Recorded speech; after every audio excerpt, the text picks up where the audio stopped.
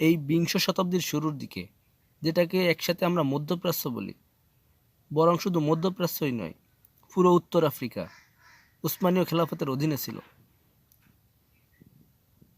Libya, Algeria, মিশর, সম্পূর্ণ হেজাজ অঞ্চল আর ইয়েমেন, সম্পূর্ণ ইরাক, শাম আর এসব দেশ শামেরই অন্তর্ভুক্ত, জর্ডান, লেবানন, এগুলো ছিল আরব শাম আর আরব ইরাক।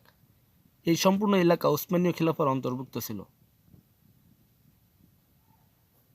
প্রথম বিশ্বযুদ্ধের সময় ইংরেজরা আরবদেরকে বিদ্রোহ করতে উদ্বুদ্ধ করেছিল উসমানীয় খেলাফার বিরুদ্ধে। তাদের মনে উসমানীয়দের প্রতি ঘৃণার বীজ বপন করে দিয়েছিল। তাদেরকে উস্কাতে লাগলো, তোমরা কেন তুর্কিদের গোলাম? তোমাদের নিজেদের শাসক হওয়া উচিত। তোমরা রুখে দাঁড়াও, আমরা তোমাদের সাহায্য করব। তোমরা বিদ্রোহ করো, তোমরা এই তুর্কিদের বিরুদ্ধে আমাদের সাহায্য করো, আমরা তোমাদেরকে মুক্তি দেবো, তোমরা নিজের পায়ে দাঁড়াবে। এটা খুবই দুঃখজনক একটা ঘটনা, যেটা প্রথম বিশ্বযুদ্ধের সময় ঘটেছিল। কর্নেল লরেন্সের মতো ব্যক্তি, পুরুষতান্ত্রিক ঔপনিবেশিকতা, তো ফলে আরবরা বিদ্রোহ করে। আর এমন বেদনাদায়ক কথা আপনাদের বলছি, প্রথমবারের মতো হজ করার জন্য 1962 সালে যখন মদিনা মনোয়ারায় গিয়েছিলাম, তখনও রেলের ইঞ্জিন অবশিষ্ট ছিল। উসমানীয়দের আমলে বাগদাদ থেকে মদিনা পর্যন্ত রেলওয়ে লাইন ছিল। এই পুরো অংশ একসময় খিলাফতে উসমানিয়ার অন্তর্ভুক্ত ছিল। তুর্কিদের নির্মিত ট্রেনগুলোকে ধ্বংস করে দেওয়া হয়েছিল, হাজারো তুর্কিদের শহীদ করা হয়েছিল, এমনকি হারামের অভ্যন্তরেও হাজারো তুর্কিদের শহীদ করা হয়েছিল। এই জুলুম তো কম ছিল না, আজ সেটার মজা পাচ্ছে আরবরা। মনে রাখা দরকার কি কি অপরাধ করেছিল তারা। এখনো যারা যায় তারা জানে পাহাড়ের উপর তুর্কিদের দুর্গ আছে। হারামের সবচেয়ে বড় যে দরজা আছে, বাবে মালিক আব্দুল আজিজ, তার সামনে একটা লাইব্রেরি ছিল, এখন তো সেটাও ধ্বংস করে দেওয়া হয়েছে। সেটার পিছনেই পাহাড়ের উপর তুর্কিদের পুরনো দুর্গ আছে, সেখানে কামান ছিল। যখন বিদ্রোহ করা হয়েছিল, হারামে অবস্থানরত তুর্কিরা সৈন্যরা তো ইবাদত করছিল, তারা তো নামাজ পড়ার জন্য এসেছিল, তাদের সেখানে আক্রমণ করা হয়েছিল। কিন্তু তুর্কিরা নিজেদের কামান ব্যবহার করেনি, যাতে বায়তুল্লাহর কোনো ক্ষতি না হয়। এই বিশ্বাসঘাতকতা করা হয়েছিল প্রথম বিশ্বযুদ্ধের সময়। আর না শুধু আরবরা করেছিল, যেমনটা বলেছিলাম যে সবচেয়ে বড় দুই অপরাধী আছে, এতে আমাদের পাঞ্জাবি মুসলিম সৈন্যরাও ছিল। এরপর সালতানাতে উসমানিয়া টুকরো টুকরো হয়ে গেল। এক ইংরেজ লিখেছে এই বিষাক্ত বাক্য, ইতিহাস সবাইকে এই কথা জানান দেয় যে এক ইংরেজ ওই সালতানাতকে টুকরো টুকরো করে দিল, যেটা ওমর ফারুক রাদিয়াল্লাহু তাআলা আনহু কায়েম করেছিলেন, রাদিয়াল্লাহু আনহু। এই বিশাল এলাকা কে প্রথম জয় করেছিল? হ্যাঁ, ক্ষমতার পালাবদল হয়েছে, খিলাফত উসমানীয়দের কাছে চলে গিয়েছে, কিন্তু সালতানাত ওমর রাদিয়াল্লাহু আনহু এর জামানা থেকে চলে আসছিল। সেই সালতানাতকে এক ইংরেজ কর্নেল আরবদের বিদ্রোহের উপর দিক উস্কে দিয়ে আর তুর্কিদের পিছে ছুরি আঘাত করে টুকরো টুকরো করে দিল। কিন্তু যখন যুদ্ধ শেষ হলো, তখন আরবরা বলল, এবার আমাদের মুক্তি দিন। তখন তারা বুঝতে পারলো বিশ্বাসঘাতকেরা আসলে দুনিয়াতে কি পায়। পুরো সালতানাতকে টুকরো টুকরো করে দেওয়া হলো। এতটুকু হলো ইরাকের সীমানা, এটা ইংরেজদের কাছে থাকবে। শামের এলাকা ফরাসিদের কাছে থাকবে। মিশরের ইংরেজদের আধিপত্য থাকবে। লিবিয়া ইতালিদের কাছে থাকবে। এই সব ভাগ বাটোয়ারার পর সামান্য যেসব এলাকা ছিল, যেমন হিজাজ, যেখানে অবশিষ্ট কিছু নেই, এটা আরবদের দেওয়া হলো। বর্তমান জর্ডানের বাদশা শাহ হুসাইনের দাদা সবচেয়ে বড় বিশ্বাসঘাতক সেই ছিল, এজন্য তাকে এই এলাকার শাসন ক্ষমতা দেওয়া হয়েছিল। এরপর নজদ থেকে সৌদি রাজবংশ উঠে এলো। নজদে তখন কিছুই ছিল না, সেটা শুধু মরুভূমি ছিল, এজন্য সেখানে কোনো উপনিবেশিক শক্তি থাকার প্রয়োজন ছিল না।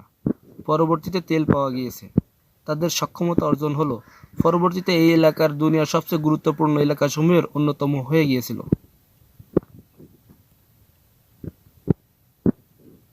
কিন্তু সেই সময়ের কথা বলছি, তখন এর বিশেষ কোনো গুরুত্ব ছিল না, বিদায় সেটাকে ছেড়ে দেওয়া হয়।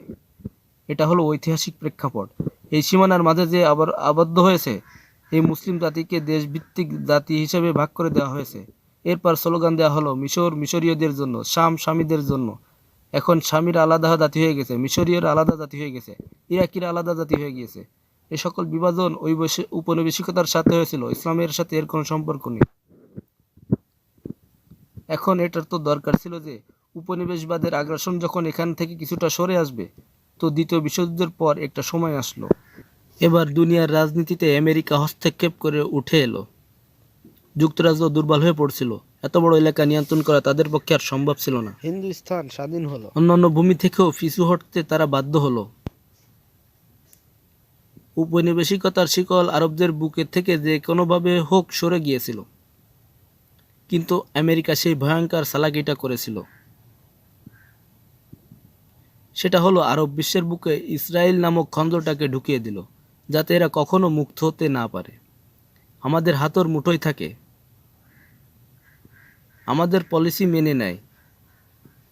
দ্বিতীয় বিশ্বযুদ্ধের পর ওই উপনিবেশিকতা, যেখান থেকে ইংরেজ আর ফরাসি উপনিবেশ একটু একটু সরে আসছিল, ইংরেজদের বের করে দেওয়া হলো দখলকৃত ভূমিগুলো থেকে। আলজেরিয়াও ফ্রান্স থেকে স্বাধীনতা পেল, ইতালীয়দের থেকে লিবিয়ারা স্বাধীনতা অর্জন করলো। এসব ততদিন হয়ে গিয়েছিল, কিন্তু আরবদের সিনায় ইসরায়েল নামক খন্দটা বসিয়ে দেওয়া হলো। এমন সময় সবচেয়ে কার্যকারী পদ্ধতি ছিল সমগ্র মুসলিম উম্মার এক হওয়া।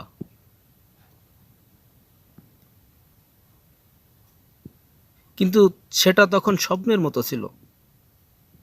আল্লামা ইকবালের চেয়ে বড় কোনো নকিব ছিল না তখন উম্মাতে মুসলিমার ঐক্যের জন্য, কিন্তু তাকেও লেকচারে বলতে হয়েছিল বর্তমানে যে অবস্থা, সমগ্র মুসলিম বিশ্বের ঐক্য এক প্রকার অসম্ভব হয়ে পড়েছে। যদি কোনো মতে মুসলিমদের একটা অংশ এক হতে পারে, তবে সেটাও অনেক বড় সফলতা হবে। কিন্তু সেটার চেয়ে আরেকটু সহজ ছিল যে আরব বিশ্ব এক হয়ে যায়। এরা বংশীয়ভাবে তো এক জাতি, বেশিরভাগই এক বংশের বা বেশি হলে দুই বংশের। উত্তর আফ্রিকাতে বারবার বংশ, আর এছাড়া সব আরবই একই বংশের। পুরো আরব বিশ্ব একই বংশের, একই ভাষার। এরা তো অন্তত এক হয়ে যাক। আফসোস হলো এদের এক করার জন্য একজন ব্যক্তি যোগ্য ছিল, যিনি ধর্মীয় দৃষ্টিকোণকে গুরুত্ব দেওয়া লোক ছিল, যিনি দ্বীনি দৃষ্টিকোণ মানা ব্যক্তি ছিলেন। যদি তার নেতৃত্বে আরব বিশ্ব এক হয়ে যেত, তাহলে একটা গুরুত্বপূর্ণ ধাপ পূরণ হয়ে যেত, সমগ্র ইসলামী বিশ্বের এক হওয়ার। আর সেই ব্যক্তি ছিল শাহ ফয়সাল শহীদ রহমতুল্লাহ আলাই। আর এই কথার মাধ্যমে আপনারা বুঝতে পারছেন নিশ্চয়ই কেন তাকে শহীদ করে দেওয়া হলো। কারা এই কাজটি করেছিল? কোত্থেকে ইঙ্গিত পেয়েছিল ওই ব্যক্তি যে শাহ ফয়সাল শহীদকে শহীদ করে দিয়েছিল? যার মাথার উপর ওই ইহুদি মেয়েটি কে ছিল যেটির ছবি তোলা হয়েছিল, যেখানে দেখা যাচ্ছে এক শাহজাদা এক ইহুদি মেয়েকে মাথার উপর নিয়ে দাঁড়িয়ে আছে, আর সেই শাহজাদাই পিস্তল দিয়ে শহীদ করেছিল। ভালোভাবে জেনে নিন। যেমনটি বলেছিলাম, উমর রাজিয়াল্লাহু তাআলা আনহুকে তো শহীদ করেছিল আবু লুলু ফিরোজ, কিন্তু সেটার পেছনে তার পারস্যের বংশের হওয়াটা যে একটা কারণ। সেটা তো দূরদৃষ্টি দেওয়া লোকেরা, যারা শুধু সামনের ঘটনাই নয় বরং পিছনের ঘটনাও দেখে। তারা জানে আবু লুলু ফিরোজ শুধু একজন মানুষের নাম ছিল না, সে আরবের প্রতি ইরানের প্রতিশোধ ছিল। ঠিক এভাবেই এটা আমেরিকার উপনিবেশবাদের কৌশল ছিল। সে বুঝতে পারল শাহ ফয়সাল তো ধর্মীয় দৃষ্টিকোণকে গুরুত্ব দেওয়া লোক, তার উত্থান হচ্ছে। আর শাহ ফয়সালের হিকমতটার ব্যাপারে ভেবে দেখুন, লাহোরে হওয়া কনফারেন্সে তিনি এসেছিলেন, আর তখন তিনি ছিলেন মুসলিম বিশ্বের জন্য একজন অভিভাবকের মতন। আরবে তিনি কৃপণ হিসেবে প্রসিদ্ধ ছিল, কারণ সেখানে হিসাব করে খরচ করতেন, কিন্তু তার ধনভাণ্ডার ইসলামী বিশ্বের জন্য উন্মুক্ত ছিল।